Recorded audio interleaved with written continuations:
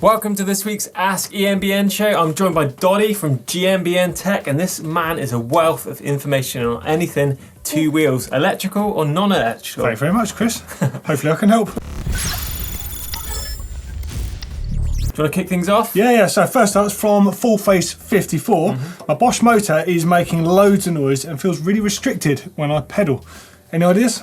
Sounds to me like you may have got a bit of bearing wear going on in there. They are quite known for it. The first generation Bosch motor suffered a little bit on the seals, but the generation 2 bearings are a lot better, a lot less susceptible to water damage as well. So I'd suggest taking your chain off and just whipping the actual motor around just to check it isn't anything else like your chain or your freewheel making a horrible noise. It probably will be the motor, but you can take that along to a dealer, and it's quite a common thing for them. They can have that bike probably turned around pretty quick, bearing change, and you're back out on the trails. There seems to be a few people specialising in doing those bearing changes as well as regular dealers these days. Yeah, exactly. Notice there's a few places around the UK. I'm sure there is in Europe as well, and the States. So definitely check out your local place. It should be FOC if it's still in warranty, but as Dolly's mentioned, there is lots of shops and aftermarket places that will do that even out of warranty. There do tend to be a lot of suspension tuning companies will offer that as a separate thing, so definitely worth checking that out. Yeah. Right, next one's from Oval Ringer. I really struggled to jump my e-bike after swapping for my regular bike, and I can't quite clear the jumps like I used to be able to. To be fair, I kind of struggle a little bit from that. It takes a while to tune back into it, I think. Definitely, I think it is quite a hard thing to learn at first, but I think once you get comfortable with the weight of the e-bike and actually use, I think the main thing when it comes to jumping an e-bike is actually using suspension more. Like, I think I preload the bike a lot more than I used to on a 100%. Regular bike, and I think you can actually come into stuff way slower and with way less effort. You know, I go on the same jumps at the same speed I'm jumping on my e-bike. I occasionally hit them on a normal trail bike, and I'm coming up short. So it must be something. It is a technique. But I think you're right. You can use that weight, and likewise, when you're swiping back and forth between them, you can feel quite skittish when you get back on your non-e-bike. Definitely, yeah. And I think it feels too light sometimes. Yeah. I think looking at things like suspension and tyre pressure, things like that, just check that's all up to speed, and you shouldn't really have a problem. I think it's easier. Yeah, I think one good thing to do is just to learn a single jump on both your bikes. You'll know what the traits are, exactly, and it's easier to swap between them. Yeah, just work from there. Good tips. Okay, Stephen God, he's saying, what are the warning signs of a worn drivetrain? When I pedal hard, my gears crunch. Is something bent or worn? Well, if something is bent, you'll definitely know about that because you're going to struggle to get like good gear indexing, like your gears will make a lot of noise. Yeah. But you can simply measure your chain to start with. Now, your chain links, basically, they don't actually stretch, but the pitch can change with time. And as that changes, what happens is you're going to wear out your cassette faster, and that's when things don't mismatch. That's when things mismatch. And basically the effect you have is the chain won't sit in a trough between the sprockets. It will be like sat to one side, and as a result of that, it doesn't always sit on there properly, and they can skip and move around. So start by looking at your chain, I'd say. Yeah, it's quite common, I think, in those harder gears, like the smaller cogs on the cassette. It is quite common to wear them out quite quickly as well. And I've noticed a lot of my e-bikes, I've had a cassette on there that long, as soon as I put power through it, it's like jumping and skipping, and if you shift up towards the easier end of the cassette, then it's fine. So I think it could be a worn cassette or chain, maybe both. Do you use all of your easier gears? I tend to ride towards the bottom of the block more. So I'm just wondering, is it worth looking at going for a bigger chainring on the front, and then you'll be further up the block, and hopefully your cassette might last longer. And obviously you've got more chain contact as well on those bigger parts of the cassette, so you've got, like, say, if you're higher to up, spread the load out, it could be better. Yeah, maybe that is. I reckon there's a tech video worth looking at there to see if it makes a difference. But it does ring a bell. You've done a video all about this chain cassette wear as well, haven't you? It's playing now. The way this works is you would simply put the pins into the chain itself. You would take up the slack with the actual device, and then you take a reading, and it will tell you exactly how worn your chain is from 1.0 to 0. Now, ideally, you want to be replacing your chain when it's about 0.5, certainly no more than 0.75, because beyond that, it's going to be too stretched, and you're going to be wearing out your cassette and your sprockets at the same time, which, if you work it out, that's quite a lot of money to spend in one hit. So if you replace your chain before it gets to 0.75, you're going to get at least 2 chains to 1 cassette. Saves you money in the long run. All right, next one's from the imaginatively named Jesus Steez. Nice. Guys, what's going on with my bike? There's a horrible crack noise when I apply the front brake hard, or if I land a jump. I'm worried my fork's going to snap. So there's a lot of things this could be. A lot of things. Our list of things that I can think of. My first port of call would be a loose headset, maybe like crown racer smoothing. As soon as you apply the front brake, obviously it's going to pull the forks back, and maybe the crown racer could be even actually worn and moving around on top of the actual fork itself. So I'd double check. I think a headset would be my first port of call, and obviously an inspection of the frame just to make sure nothing is actually cracked. What would you think? Well, 100% I would look at the crown race first as well. So you get two types. You get those that are pushed on and those that are split rings. The push-on types, typically you'll never get them creaking, but the split rings, because you can just put them on by hand, sometimes you'll get like stuff underneath them. I see you laughing at a split ring there. He's got a problem with this split ring, I think. Yeah, so sometimes you get dirt and grub underneath those, and they can move around a little bit.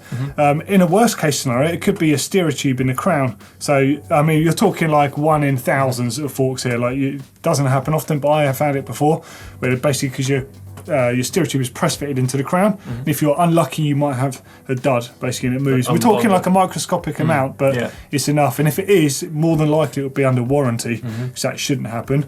Other things to check are your front brake to see if the caliper is correctly mounted to the fork. Sometimes the brake pads can move slightly as well, and they can crack around and make a noise. Disc rotor, pretty much process of elimination, really. Exactly. I think check it all. From normal bikes as well, riding them, and occasionally I've messed up a jump and it's actually flared the head tube, so the actual bottom headset cup is actually floating around in the frame. So it might be worth, if you've been casing some big jumps or giving it a bit of a hard time, lower headset cup, and all the things that Doddy's mentioned, I think would be your first protocol. Yeah, definitely check your split ring first though, eh? Poltergeist Fit 544, he's saying turbo mode or eco to wheelie my e-bike. To wheelie it? Actually, too many wheelies on your e-bike? I found it hard to wheelie with it on turbo. Yeah, I found it too abrupt. Yeah, it definitely depending on which motor you got. Exactly, yeah. I think it's a really good way of learning. It's just an eco. It gives you that little boost, enough to lift the front wheel. And again, it's all about using suspension on the e-bike. Really give that fork a good squash and lift at the same time. You don't need a load of power, as Doddy's mentioned. I think it's quite uncontrollable, that big surge of power. I find you jab on the brake too much and you end up all jerky. It's quite an art to wheelie an e-bike well, I think, especially like power wheelies and stuff. Jonty Boy, he's saying, my 2018 Kenevo is displaying a red light even when it's fully charged. What does that mean? Do you know what? I haven't got Specialised. You haven't?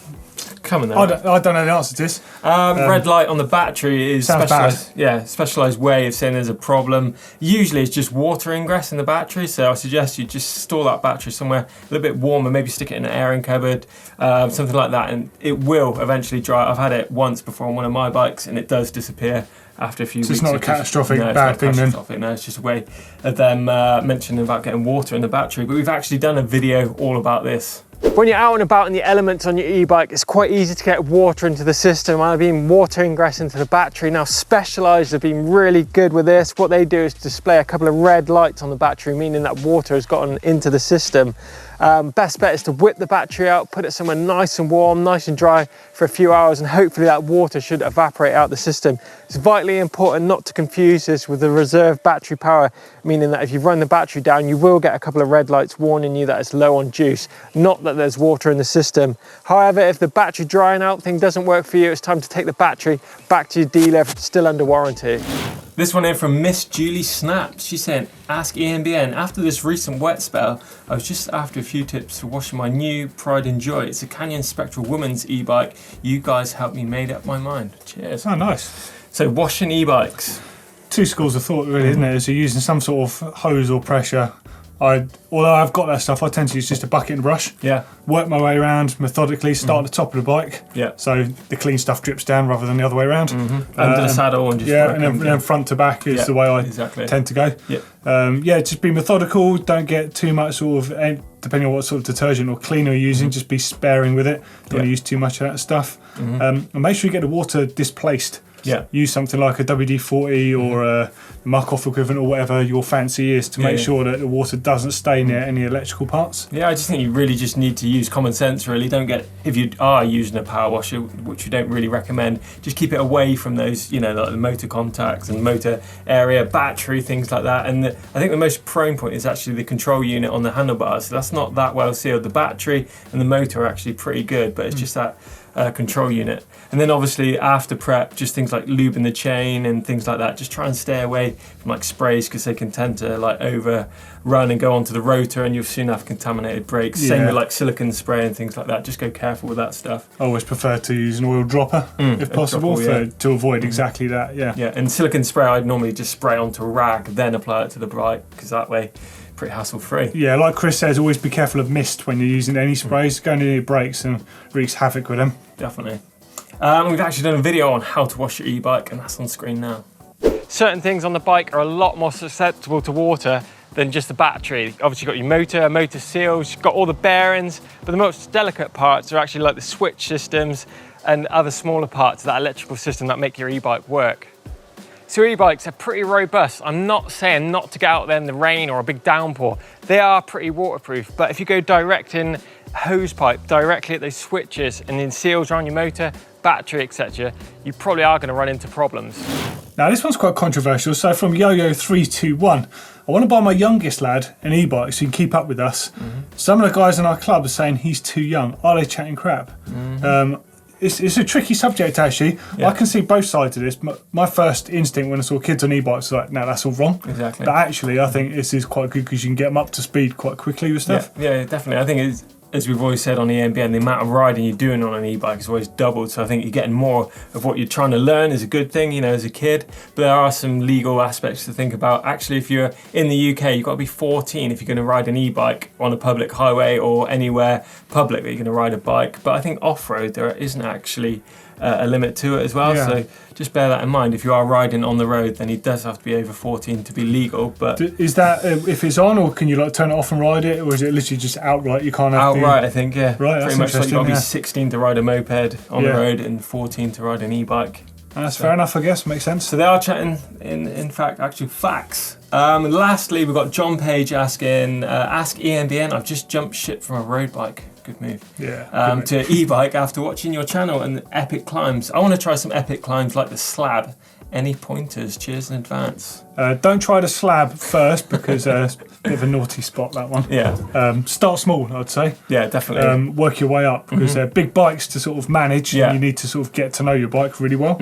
I think probably if you're coming from a road bike background, you're probably going to be using clipless pedals. So I think if you're learning stuff on an e-bike, it's probably beneficial to be on flats. That way you can jump off stuff. You don't need to be so like putting the power into it as you do on a normal bike. And I think that's good because you can commit in a different way as well. I think flats is a great shout. And just take it slowly. Head to some like proper built trails. Natural trails are always a bit more like, can catch you out a bit more, whereas like the bike park stuff and the bike parks themselves are a bit more like man-made, and you a lot less chance of injury, and you're actually probably learning a lot more because all it is condensed into one area. You're not traveling miles through the woods to try and find like a berm or a jump. You know, you can find it all in a little area and like intensely learn all those basic skills really. So I noticed as well that some bike parks around the UK, I'm sure this is happening worldwide bit by bit, are building in climbs for e-bikes.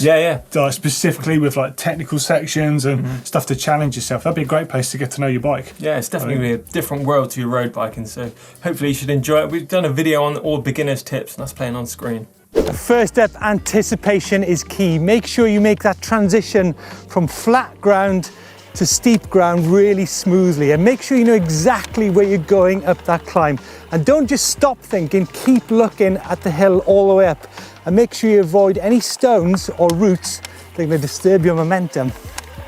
Now, one really critical thing about anticipation, which everybody forgets, is you need to make sure you're in the right gear and the right mode before you start your climb. So now I'm in high power mode, I'm in an easy gear. And that's it for this week's Ask EMBN. Thanks a lot for sending in your questions. If you've got a question, hashtag Ask EMBN, drop it in the box below and we'll hopefully get back to you next week. Yeah, and if you want to find out a bit more about that slab, which is actually bonkers, click right down there for that video. As always, don't forget to subscribe and share our content. Give us a thumbs up if you like it.